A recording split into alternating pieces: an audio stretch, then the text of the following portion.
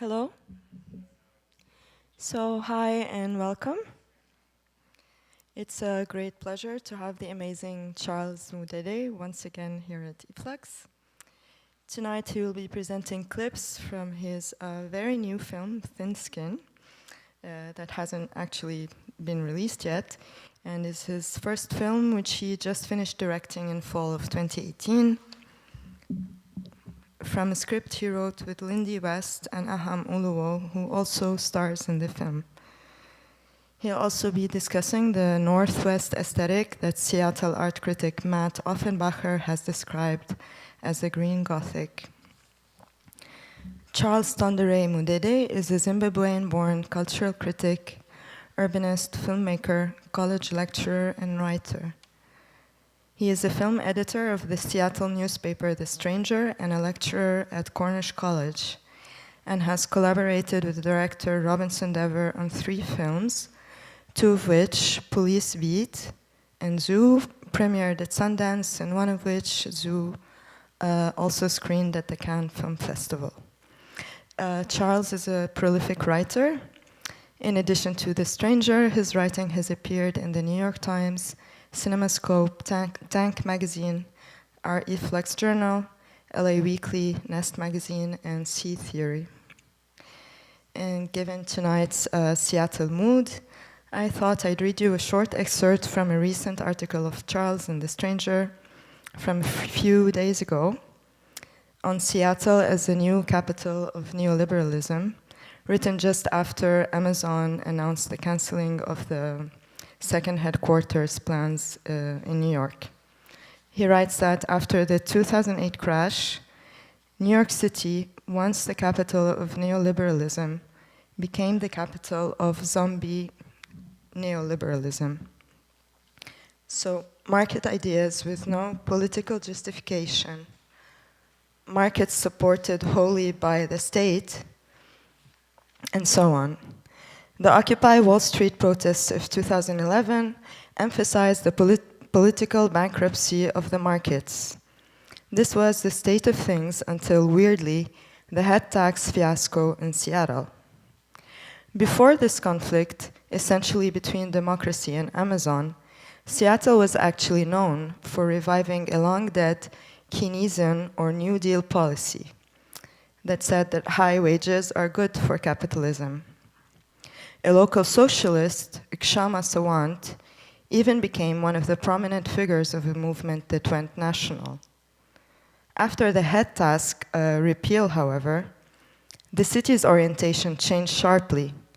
It began to transmit a neoliberal conception of governance to the world. And more interesting yet, the Seattle form of neoliberalism wasn't dead like Wall Street's. At present, Seattle has a billionaire, Howard Schultz, who was running for president as simply a neoliberal. So no Green New Deal, no new taxes, stick with what's American. And it has a corporation, Amazon, that interacts with whole cities in purely neoliberal terms. It demands tax breaks, it demands submission from democratic institutions, and it says there is no alternative. As for dealing with real and deep social issues, Seattle is promoting a neoliberal solution, philanthropy. Rich individuals like Bill Gates have the means and the heart to address the massive social costs of capitalism. This is a holy trinity, and Seattle is its Vatican. So thank you all for coming, snow notwithstanding, and please give a warm welcome to Charles Mudede.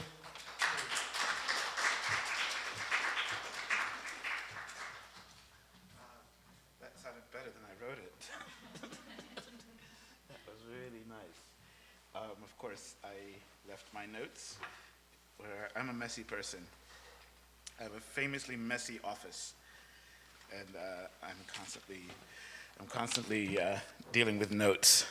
So tonight, mostly, it's going to be notes. But thank you for coming. And I wanted to talk about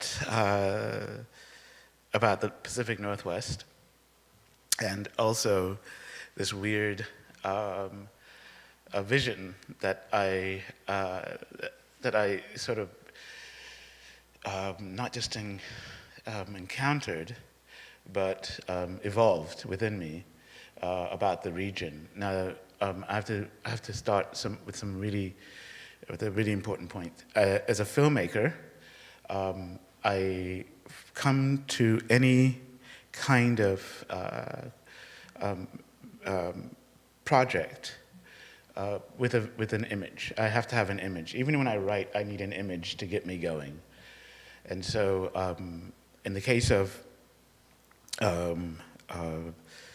this film, there's like several images that came about and built, and also I can go back to Police Beat, which I shot with, which was directed by Robinson DeVore, but it was a project that we built over a year, and the image that I had of it was basically the urban and and nature, what we call nature, trees and things like that, were interrelated. Like you could just leave, you could turn a corner and suddenly you were in wilderness very suddenly. And I wanted to show this in this film, in the film Police Beat, and it's there. But it's, and then the other one was Zoo, weirdly enough. And Zoo was made in 2008. And it was about the infamous horse incident. And I have a very dark humor. But what happened is somebody died having sex with a horse. And I thought, this is a movie. And we went down, but I wasn't sure how it would look. And we went to visit Enumclaw. And it was the most beautiful place I've ever seen. The volcano called Mount Rainier is very nearby and prominent.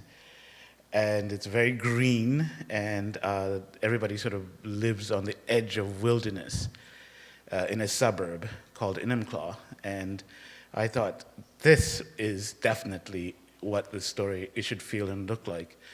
And so when I worked with Rob on that project, I said, we have to make the most beautiful film ever about horse fucking.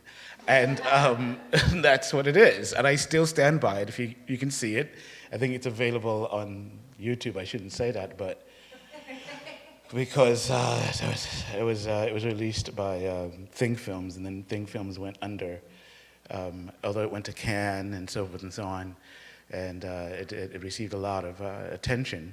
But aesthetically, it was exactly along the lines that I'd been considering for quite a while, and so.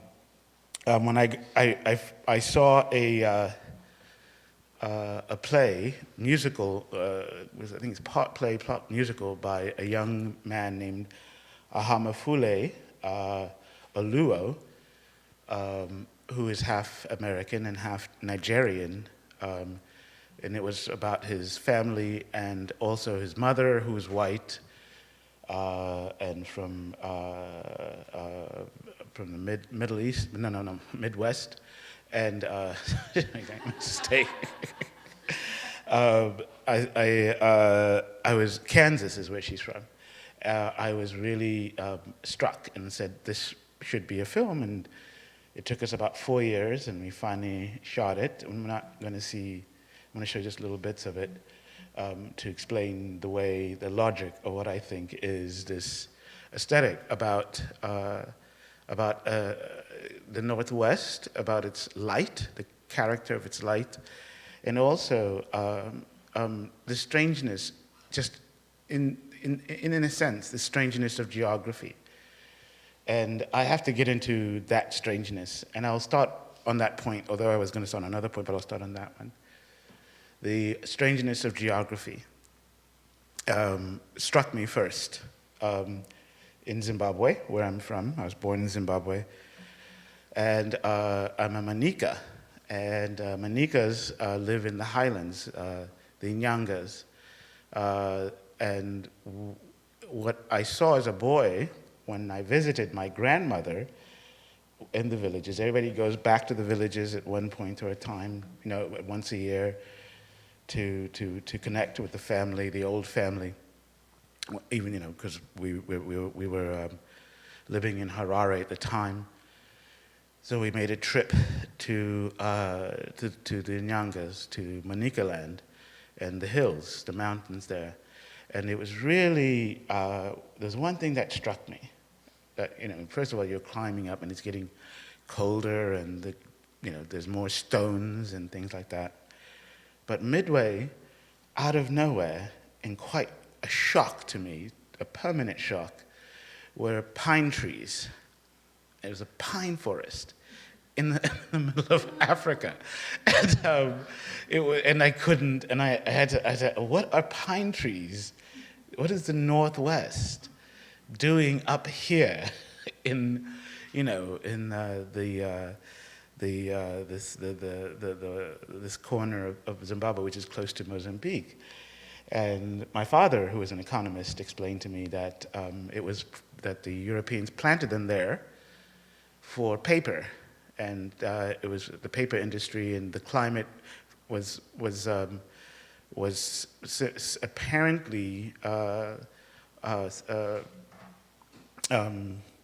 conducive to their growth and in those parts, and so they just grew all these pine trees, and so that was the image. And I have to now point out, so the geography's altered in a way that I just didn't understand. I mean, it's more profound than just simply pine trees in the middle of an African region. It was also this other thing. So when I was growing up and in Harare, in the city, I had this idea that I was looking at Africa all the time. Like around me, African trees, African fruits, African, you know what I mean? Things, vegetables. And then I broke it down. I broke down my garden, and I realized that the avocado tree did not come from Africa, that the tomatoes did not come from Africa, that the corn, even my name says is related to corn. It's corn that's not yet ripe. That's what Mudede means. That's not from Africa, that's from South America. That almost all of the indigenous plants and trees in my own yard and around me were not from Africa. No, all the indigenous trees were small in number. The dominant plants that were around me were from other parts of the world and were brought there by Europeans. And they completely transformed the geography. And so I already lived in a strange geography. I didn't have to, go to the USA. The fact peas grew there. There was very few things that we grew that we ate and that we saw that came from Africa. And this transformation, this radical transformation, even at the size of the scale of Zimbabwe, was profound. And I started seeing my surroundings in a completely different way. One is, most importantly, that globalization, as we talk about it, is not new.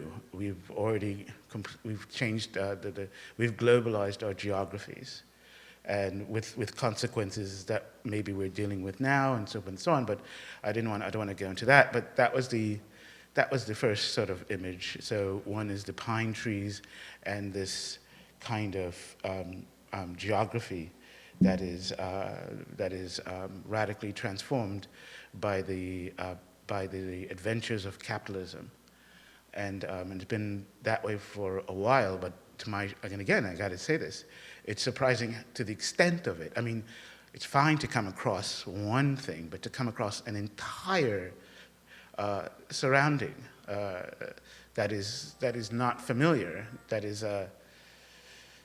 has been humanized, was weird. So that's the first image, and then it's not the first image. Actually, the first image is this one. So again, an image in its everybody in the Pacific Northwest loves to take trips to a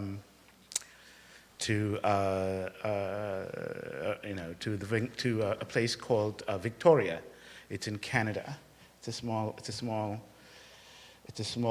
island. It's an island, and you go there and you do high tea and things like that. It's considered to be very British, and you catch a ferry to that place, and it's a cheap vacation. For us, it's pretty enough. Right? You get the water.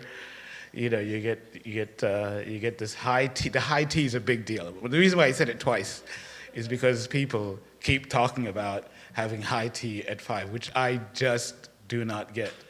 But you go to this hotel called the Empress, and it's performed, I think, at 4 o'clock, and you've had your vacation. You can go back to Seattle. You've been there and done that. And I was doing that very thing once. No, actually it's not. I shouldn't exaggerate. I was going to do a lecture, one lecture at the University of Victoria, which at that time was a center for culture theory. And so I went to talk about a theory I had about music and that sort of thing. And on the trip to the point, on a ferry called the British Clipper, which is boat, it's a fast boat, and it cuts across the Sound and all the other bodies of water in that area, and the San Juan Islands and all that sort of thing. On this trip, I'm sitting in the boat, and to my shock, right, I hear 2 people playing imbiras. Now, okay, imbira music is the classical music of Zimbabwe, right? It's the horrible name for an imbira, but just to let everybody know, because you might just know it. It's called a thumb piano, but for us it's called the imbira, and it's a music that's used to call the spirits. It is seriously our serious music. And one of our big pop stars, named Thomas Mafumo, incorporated imbira music into his pop songs in a revolutionary way, because the revolution itself that happened in Zimbabwe when it was called Rhodesia called on the ancestors to support the cause. And this was known as the second Chimurenga, right? So the first Chimurenga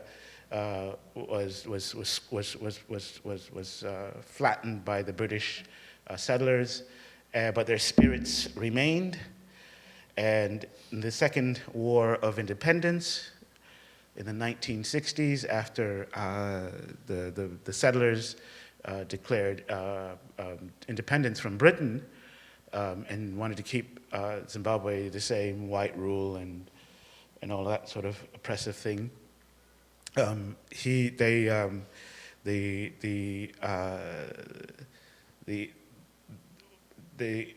you call it? The struggle, right? The black struggle against Rhodesia called on the spirits to support their effort. And this was called the second Chimurenga. And so you had musicians like Thomas Mafumo turning to traditional forms of music in their pop music to inspire the feeling of African authenticity, of African self-determination, and Black African self-determination and that sort of thing. And so this music, imbira music, to hear it on a clipper heading to Victoria was rather shocking to me at first. So I went and looked at where it was coming from, and I found it was 2 elderly white ladies who had the imbiras strapped around them in the classical style, and they were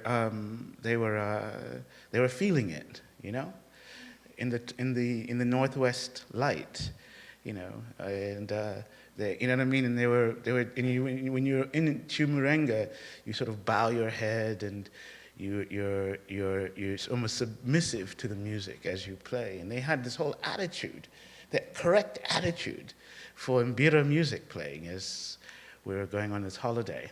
And I wondered, and I thought about, how is this possible? What's this? And then I realized, and I'd forgotten this, and this is the second part. So this image stuck with me. And I one day will film it because it's so bizarre and so beautiful and so weird and so awful in a way. But Dumi Marere, who, and this then ties me completely to the Northwest. Dumi Marere was a leading mbira musician. He was one of our top classical musicians in this musical form. He taught at the University of Washington in the ethnography,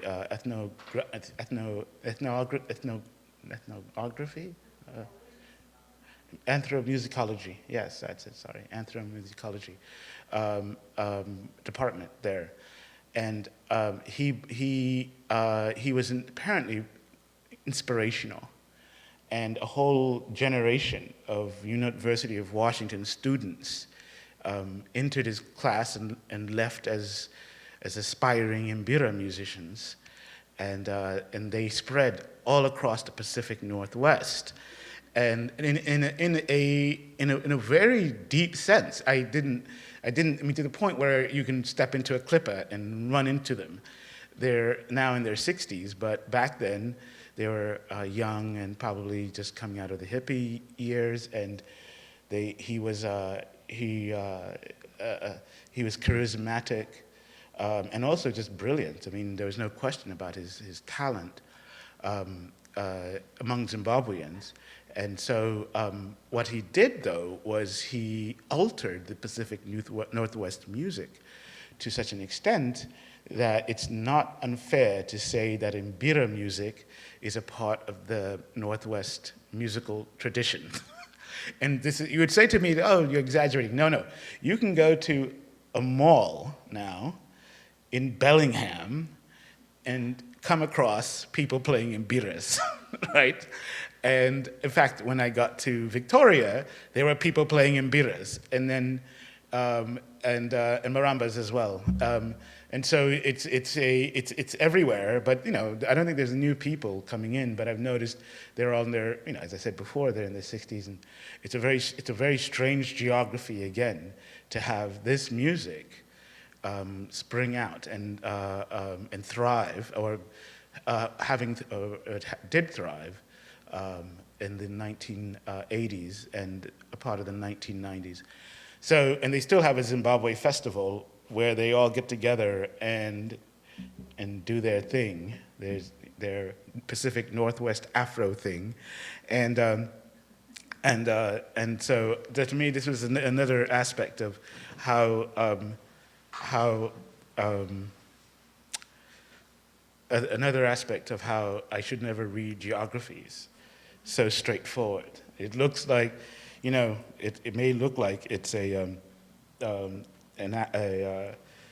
have a specific character. It may look like it has a, Scandinavian or something that's the imprint, but actually it's evolving and it has oddities and slippages and things like that. And that was one.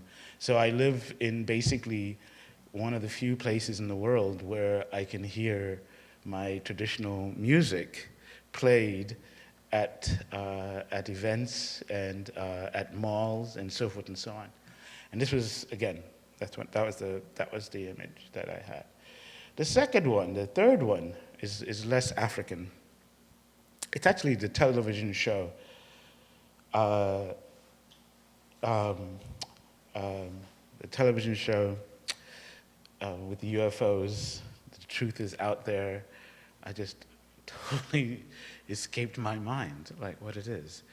And I thought it would just come out automatically. X-Files, yeah. Sorry. I'm still dealing with the jet lag, so forgive me. Was X-Files, yes. So the X-Files was shot in Vancouver, BC. And I loved watching this TV program, not for the stories, but because I loved the images, the way that it's shot. What happened is it actually takes place all over the USA. It takes place in Washington, D.C. Sometimes they have to go to Nevada. Sometimes they have to go to Utah or something like that to investigate the possible interaction with the aliens or something like that, right? And of course, they're getting closer and closer, but never get there. And but I loved it, and I ate it up big time, because visually, it was as if the whole United States had become the Pacific Northwest, right? And I could tell that was, you know, the light, the character of the light. If you're in the Pacific Northwest, it's very sharp. It's a very sharp light, and so it's when people walk through it, it has this dusky effect. And so when watching the show, I felt that I loved subsisting on this light. I just loved watching it and eating it up and bathing in it. And but then I don't know what happened. They decided to move to LA. The whole production team moved from Vancouver to Los Angeles, and there the light hit directly, and I stopped. I stopped watching X-Files completely when they relocated, and the show fell apart after that. And I cannot. If you ask me about the value of the stories, the worth of the whole program, I can't. I can give you none of that. I almost did not notice what was going on. I just kept looking at what was happening in the background in the Northwest, and in a way, this aspect. This character of the light and also the greenness of which comes from the trees was characterized by Matt Offenbach, or if I got his name correct, Offenbach, as the green Gothic. He noticed it also in movies like The Twilight, which was shot in the Northwest. And so a lot of people are exposed to it and don't know it because Vancouver, BC, which is only a few 200 miles north of Seattle, has a huge film industry, and and a lot of the stuff that you see on films and so on and so on is shot there, and so it tones us in a way that I think people don't understand or accept or appreciate, or you know what I mean. It's in so many TV programs. I come across them and I can pick it out in a minute where they shot. This was shot in Vancouver, BC. And so those are the things that I had, and so I combined that with my interest in the story by Ahama Fule, and I'm going to show you a clip of the film that I made with him, and I directed it, and it was shot by Sean Kirby, who I've worked with on several projects, on all of my projects actually. Police Beat, Zoo. There's another film which we did as a film installation called North American, and I'm going to show just this little thing and then talk about it, and then we're done. I'll talk about, and you can ask questions and so on and so on. But I can just start it now. Here, let's just start from there. Oh, by the way, it's a very important thing here. This is. I mean, every moment of this is not, everybody should know this, it's not clean. This is raw. This is a raw film. It's still in the editing process. This is a kind of a treat, because you're in the middle of a creative process. And I didn't mind showing it and talking about it because you can see what is going on. The music that's supposed to go to this is not there. The edits are not finished yet, but and I think we're still in like the third draft of it. But you can get an idea, and I thought this transmits or communicates the basic idea coming from my obsession with the Northwest and geography and all those aspects of geography I just described. So we'll watch it and then we'll see.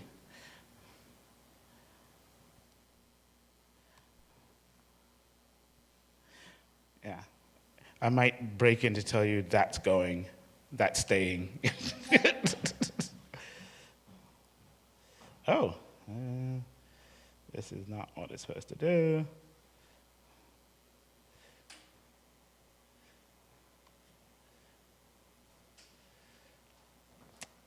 How do you make this thing full screen? I just want to make it full screen.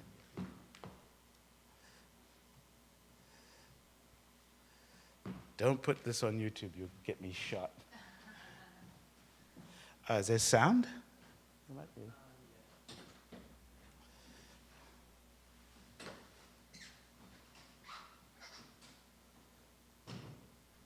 I don't mind you missing all this stuff because this is all going to change. That's garbage. That's Amazon. Sorry. Yeah?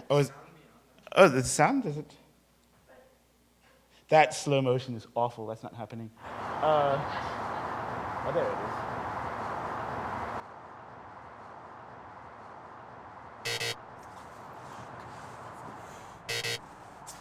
is. Motherfucker. Hey, wait a minute. Hey. Where do I know you from? I work here. Rad. Me too. Cool. Nice to meet you. Hey, do you have your key card with you? No. It's my first day. So how do I know you? I don't know. I play in a band. That's not it. Wait. Did you go to Mount Lake Terrace High School? Yeah. Fuck! Yes! Haha! I do know you! Yes! Yes! Didn't you say this is your first day? Are you late? Yeah, man. I always wonder what happened to you. I remember you because I would see you and you would always be alone, like you had no friends, you know? Yeah, I remember. I was there. Yeah, wait, because you weren't a nerd. Because even the nerds had like other nerd friends. Cool, man. Bye. I see you up there.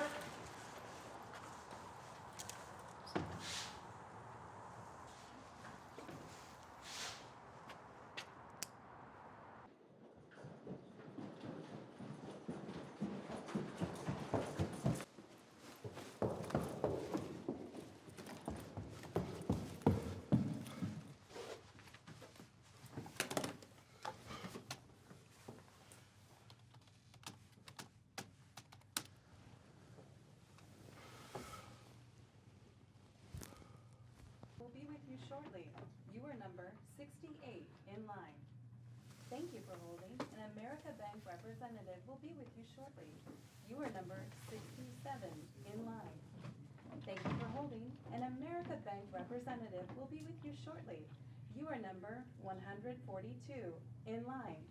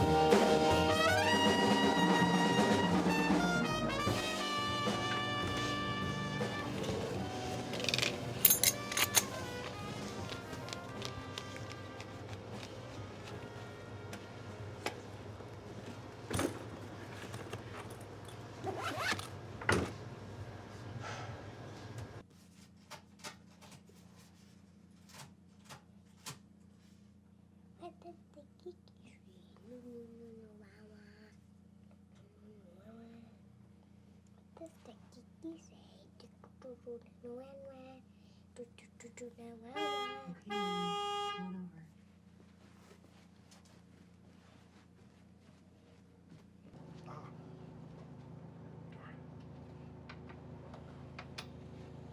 got it. I got it.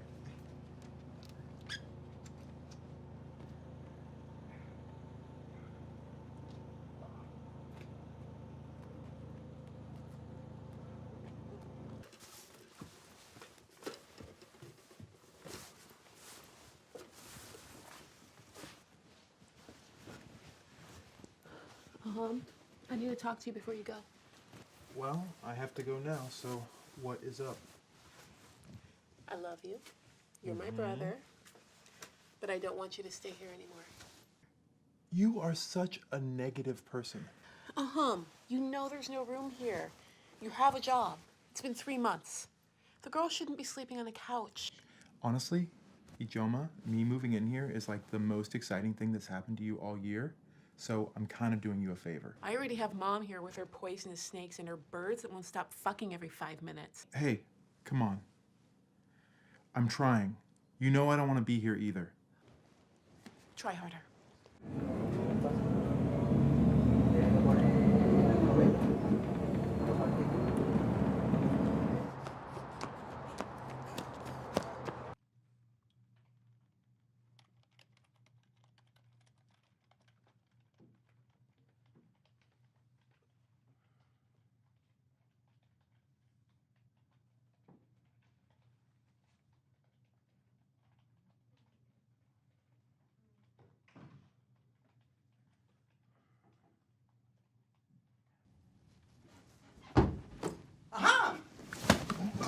Oh, good. Hey, come by my office. Let's have a little chat. Okay, yeah, I'll be right there. You know where to find me. Yeah. Becky! Think fast!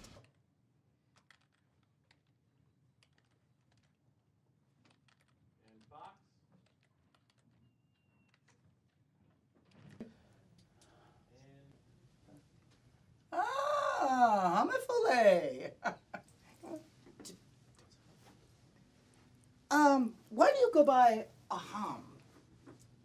Why waste such a beautiful African name? Because no one can say it or remember it. Homophilet. Does it mean something? Yeah, it actually means let my name not be forgotten, which I guess is kind of ironic. Let my name not be forgotten. I like that. I like that. Don't you ever forget my name. Real black. Yeah, I like it too. It's just wish people could say it. I know. Feel you. We built this country, built the White House, invented peanut butter. Let that not be forgotten, amen. What did you need me for? Did I do something wrong? Oh, or- no. We're just hanging out. I like to connect with all my people, especially when they're my people, you know. At the White House, though, I'll bet you the people who built that showed up on time. Well, yeah, they were slaves, so. I'm really sorry that I was late. I was waiting for my kid's aunt to pick them up, and she's usually really reliable, but she's having her own problems in her relationship. I was once like you, Ahamafule. Militant, radical, black power. Stick it to the man. Show Whitey who's boss. But somebody showed me a better way.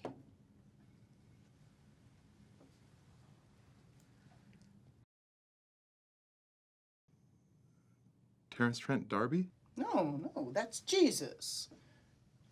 But I like Terrence Trent D'Arby, though. He's very good. Very good.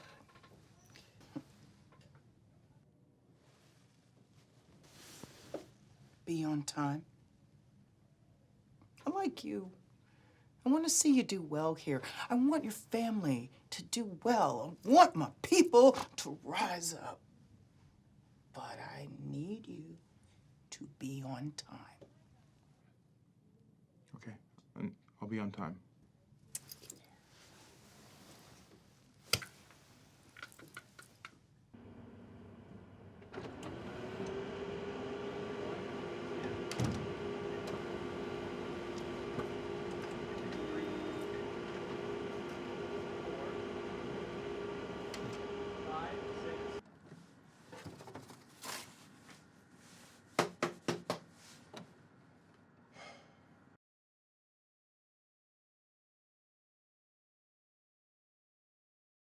All right, that's 50, 100, 120, 140.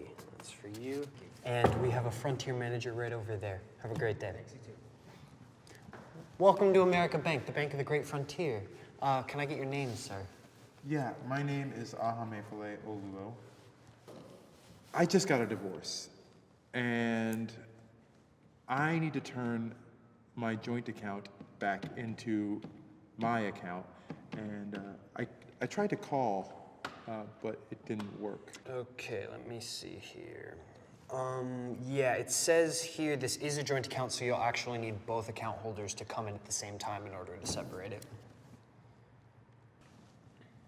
Okay, so her and I are not exactly communicating very well at the moment, so there has to be some other way. Oh, that's weird. What's weird? It says here that earlier today, another account holder came in and tried to get you removed from the account. Well, that's perfect, right? Okay, so you put her on her own account, and then this is my account, because I just put my paycheck in there, and then we're done. Yeah, we're done once you guys both come in together and sign a form, then we're done. Seriously? You know that she wants her own account. It's like the only thing that her and I agree on right now. I'm sorry, sir, it's just our policy. But hey, you never know. Never know what.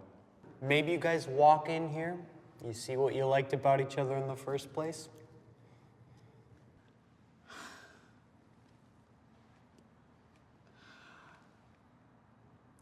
This is really bad customer service. Yeah.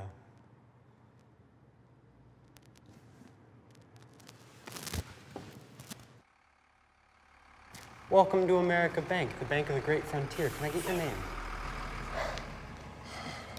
Honey, don't be mad. I know I said I'd give you the money for the snake this Friday, and I will, but I just need 2 more weeks. I hate your name, and I don't mean anything racist by that. What? What? What? Oh, you know, Renee, because it's short for Rain. Hey. No. No. That is not what that word means at all. Okay, sorry. Jeez. Also, you thought that's what that word meant, and you still used it. Hello? Hey, yeah, I got your text. No, it's fine. She will drink water when she's thirsty. She knows how to listen to her body. Oh, but hey, please, oh, if she molts, save the skin for me. I'll make it a scrapbook. Okay, thank you so much. I don't know what I do without you.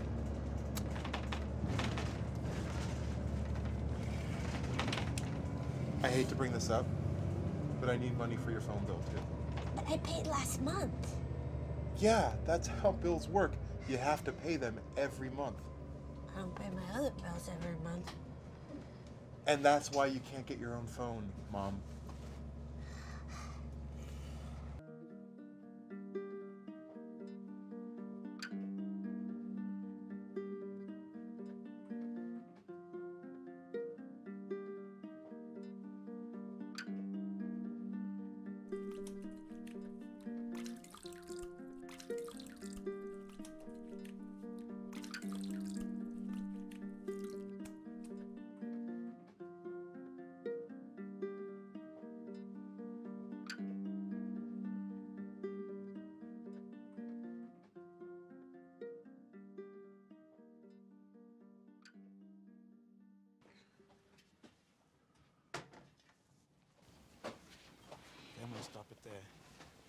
this is still under heavy editing. Let's see. There you go.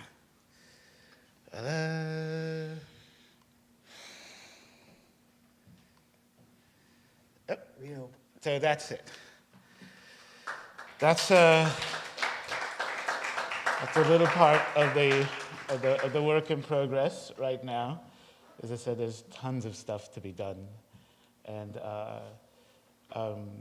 but essentially you get an idea of the thinking behind the film. I wanted just to say one quick thing, and it's mostly there are a lot of little things that I'm so sad that go missed, and you spend all day working on them. But the Frontier Bank, one of my favorite creations ever, personal favorite creations, is and I had a great wardrobe person. We found these eagles and did all that stuff, but the whole notion, what I just, again, this is sort of like the kind of thing that sort of makes an image on me, and but when we shot that scene, and I wanted a Native American to be the first in line at the bank, which is again reminding us of this layered aspect of the geography. And I love the murals of the eagles or the hills and all of that, which was so phony, right? And but it had these real implications. In this respect, I'm really close to sort of the new reading of Marx, in the sense that these things are artificial, but they have real effects. They dominate our lives. They have a force behind us. They make us do things, and so forth and so on. So, despite the fact that they are abstract and fictional, does not make them less real. And so, when you're in that bank, which is America Bank, and of course, I won't say which bank that is based on, and nor will I say which bank, the idea of a frontier bank and the notion that the frontier is the area of adventure, the region, you know what I mean, of entrepreneur, self determination and things like that. But when the camera pans down, it falls on a Native American man, and before I shot it, I had to tell him this is what I was doing. I didn't want him to be.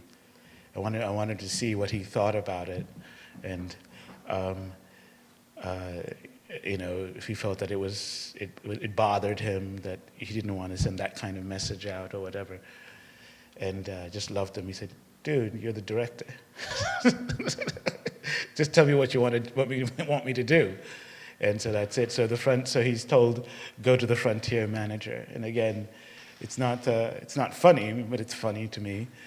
But it also reminds us of the layers of history in the Pacific Northwest that are still present, and then of course the main character follows him. And I wanted a line of every race to be there, but I couldn't get them as extras. But I wanted every race to be behind Aham, that we're all just walking into this fiction and playing this role that has real consequences. We all have these masks that displace our own histories.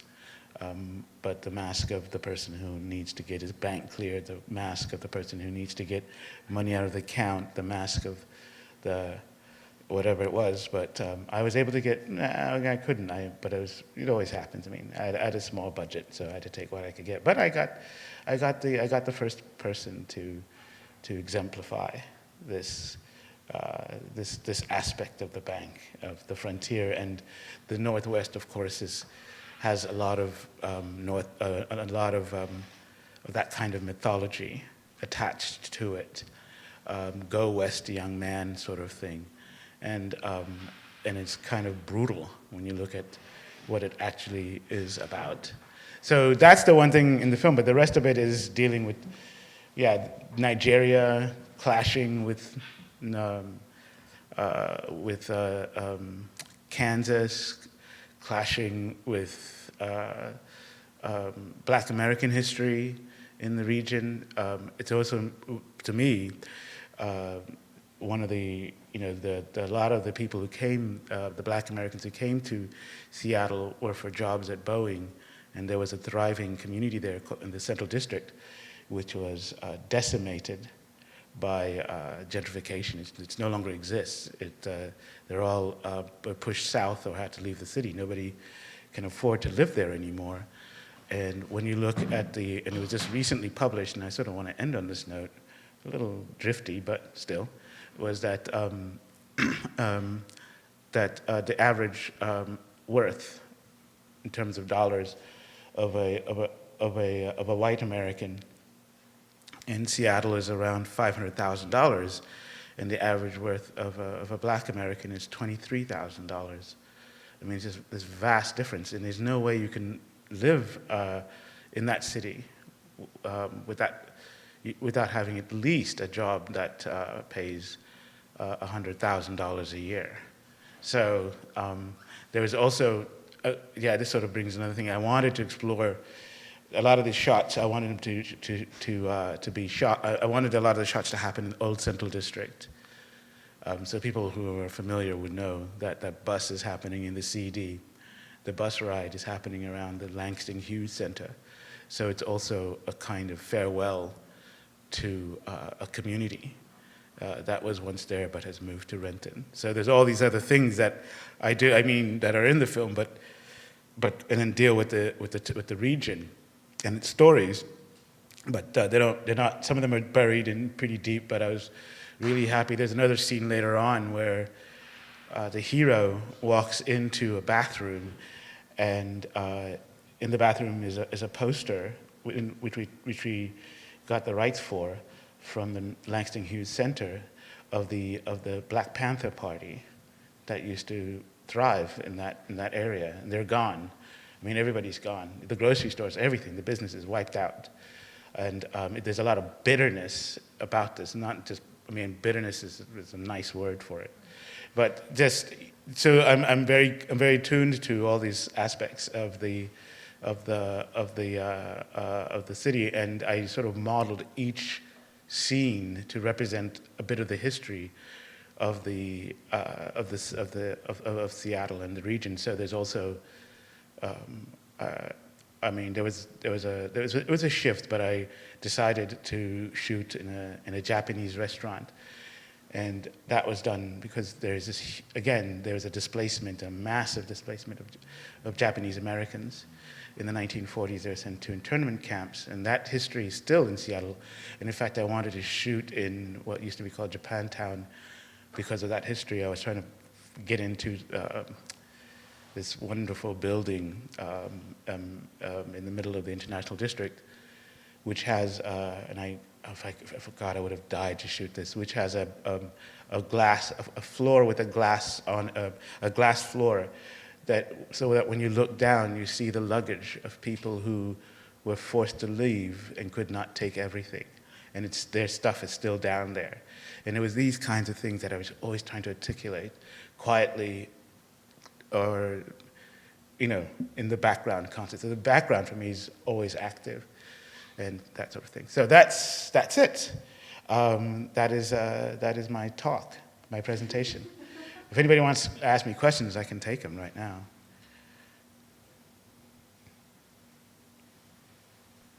No? Oh, good.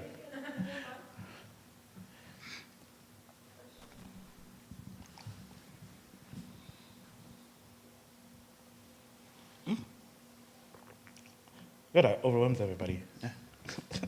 Yeah, I feel like a trespasser because I wasn't here at the very beginning. But thank you very much for the film. I thought it was very beautiful and extremely riveting. I have a question, a technical one, perhaps that might have a certain conceptual frame. In the scenes we've seen so far, there is this use of, I'm not sure about the exact technical term of it in cinema filmmaking, but there's this sliding movement most of the time, or at least a few times from the side, that seems to glide away. Is that any kind of indication of a timeline or so, or what is it? What's the significance of the movement of the camera within the film? Well, in those particular scenes in the office room, they were signifying time passing, and that was their function in those. But in other scenes, I mean, I love moving cameras, and my cinematographer and I sort of won with that. We like a little, you know what I mean, a camera on sticks. There's always a little, I mean, I'm not a Azu kind of person. I like to see things happening around, and I like the camera to be participating in what's going on. But in those scenes, yes, they were definitely meant to pass time, and I'm still tuning that scene. I had to cut it down. This happens all the time. The longer version was, it went back and forth. And then you realize you have a 3-hour film on your hand. So you gotta start cutting things. And so it just moves to one side. But yeah, there's always this other thing to consider, yeah. Yeah? I'm curious how, I guess I'm quite close, so I can say directly, but how did you and your actor found one another? Oh, he had a show called Now I'm Fine, which was actually at the Public Theater. It had a big it was during their, I forgot the festival that they have there of new works, and he was selected, and so it was performed there. But it was, first of all, I saw it when it was in as a rough draft. And okay, I'll let you know. There's a little funny thing, and I had been working with Rob DeVore, and there's actually another project that we worked on about the woman who attempted to kill Gerald Ford. Yeah. And we worked on this project for way too long. Gerald Ford, yeah. Somebody tried to kill him and and missed. Took a shot while he was in San Francisco. And Rob DeVore went in that direction after Zoo. And I worked with it for a bit, and then there was a point when it was supposed to be a documentary, then it became a film, then it went into development hell. The worst thing about filmmaking ever is that you make more money off of those films that never made than the ones that are made. Yeah, and I spent like way too long working on that particular film. And she's a very white person, and I kind of got sick of white stories, and so you know what I mean? It's just like, I'm an African. Why am I making a film about, you know what I mean? And Rob didn't see that side of me, that exhaustion, you know. Was it the one with Michael Pitt? Huh? No. That one's going to be released. That was another white one, you know. Yeah, I was one of the writers on that. It's called with Jack Black, based on the Jack Black, You Can't Win. Yeah, that was just completed finally, and so no, not that one. So I really, when I saw this performance on the stage, it fit in with what I was looking for, and so yeah. But it's funny because you were born in Zimbabwe, but you spent now more time in the U.S. in the Pacific Northwest than in your home country. Yeah. I mean, if we had to calculate, because you left quite young, right? Yeah. As a student. Yeah. That's true. But what about like that actor? Did he grow up in Kansas? He grew up in Seattle. In Seattle. Mainly, yeah. But his family was haunted by their missing Nigerian father. And this ghostly aspect, and this comes on in the film later on, this ghostly Africanness, of course, is going to draw me because I understand what it feels. I understand that situation of having a culture that's becoming more of a ghost than is real, and how it haunts all of the things you do. But being in the Pacific Northwest, Africanness is going to be ghostly. So, yeah. Yes? How long have you lived in Seattle? 20 years. Yeah, I came. Is that right? More, sorry. I came into Seattle in 1991. I mean, I was just curious. Yeah. So forever, I'm a Seattle person. Yeah, that's where my bones are going, into those grounds. Yeah. So. I grew up in Renton area. Oh yeah. Like Renton, Newcastle. Yeah. And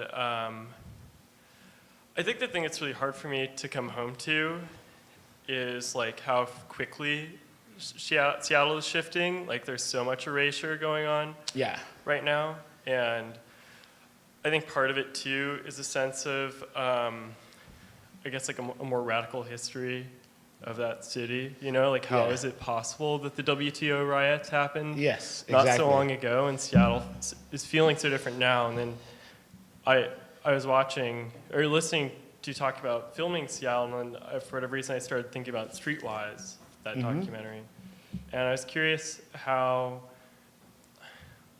like, are you thinking about how, like, that might be depicted, like that kind of transition, Seattle from being like, you know, having these different histories to that kind of erasure to how it exists today, coming to exist? You know, it's a really difficult, that's a great question, but it's also really difficult to discuss because I am also always scared of leftist melancholy, right, in a way, and Seattle is a great place for that. I mean, it's like, nostalgia. Yeah, you sit there and you got all the sunlight for that kind of mood, right?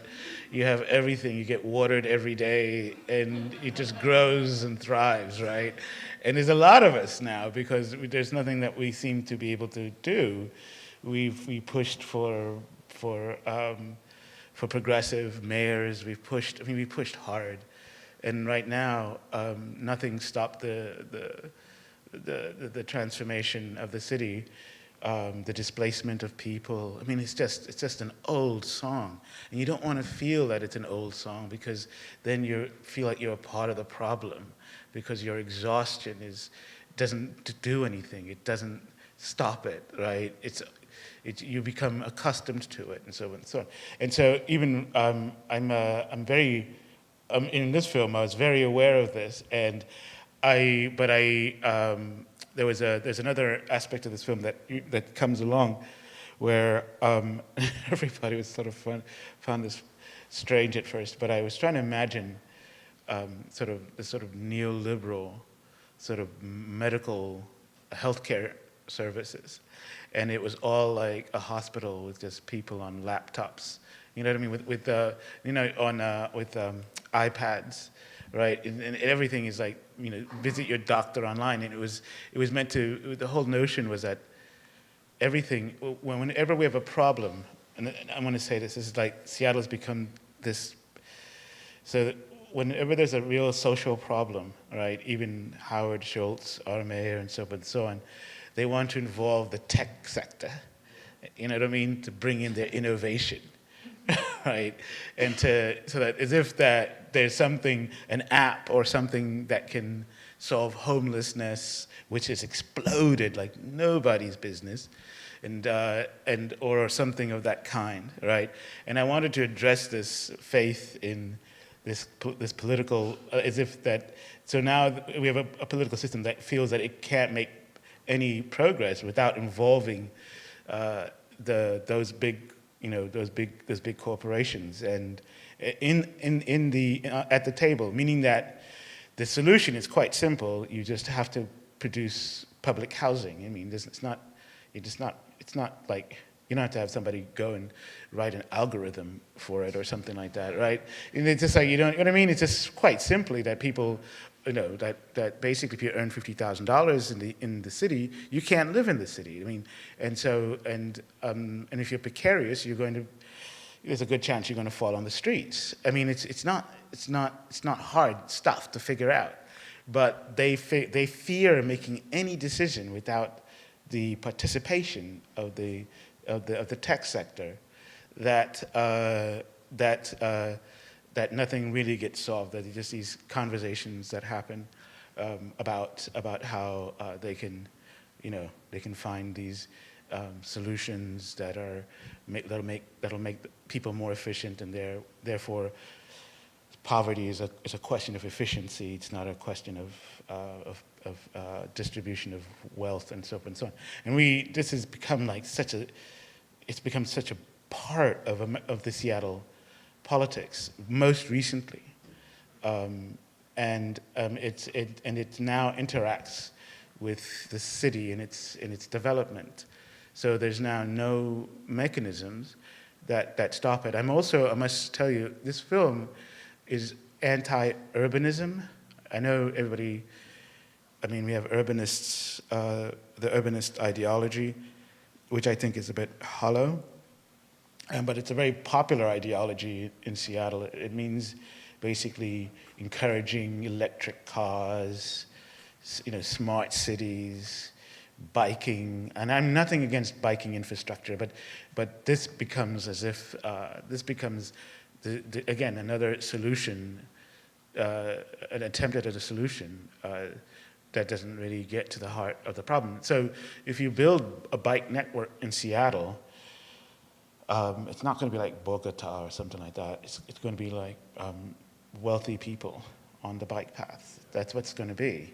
And right now we're just finally getting our light rail going, and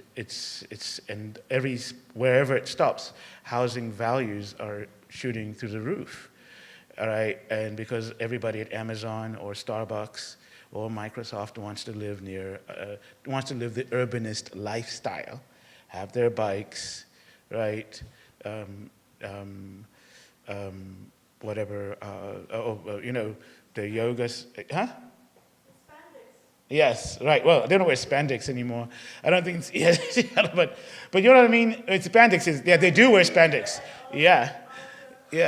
But it's more of a religion than an actual solution, And Seattle is becoming that infrastructure which they're pushing, and it's going to happen, is really again just allows people to go to this church of the idea of urbanism. But is actually what's happened is displacement. But there's also the problem is, so you have a development, and I'm sorry I can go on and on about this, but you have a development at a place not too far from where that bus was, where it was called 23rd Promenade, and it was a grocery store that served or catered to Black Americans. Right, and that's the kind of food that they had, and that they played soul music and stuff, and it was very popular. People would just come from church and go straight there to do their groceries and go home, and that was what did they do? Paul Allen, the billionaire, now dead. Sorry to emphasize the deadness of Paul Allen, and yes, I don't care if it's too soon. I don't care a hoot about that. I've received lots of angry letters about my Paul Allen jokes. I said when he died, I wrote that the cranes should fly at half mast. Yeah. So anyway, but there's that particular grocery, the Red Apple on 23rd Promenade, was demolished by Vulcan Corporation, which is building now another I think apartment complex or something like that. Now, guess what they said? What was the justification of getting rid of the grocery store, an urbanist reason. They said that that parking lot, which was huge, true, in front of the grocery store was completely against the urbanist ethic of density. So we have to, it's better for us to build apartments there and get rid of the parking lot. And then, and then that goes, with the urbanist ethic against, promoting no parking, promoting walking, promoting, you know what I mean? All those kinds. But that's what they used to displace that business. And a lot of people, it was a huge inconvenience for a lot of people because some of the churches, the black churches, are still there, but they're now having to move, weird enough, to Renton because that's where much of the community that survived that catastrophe are right now. So that, you know what I mean?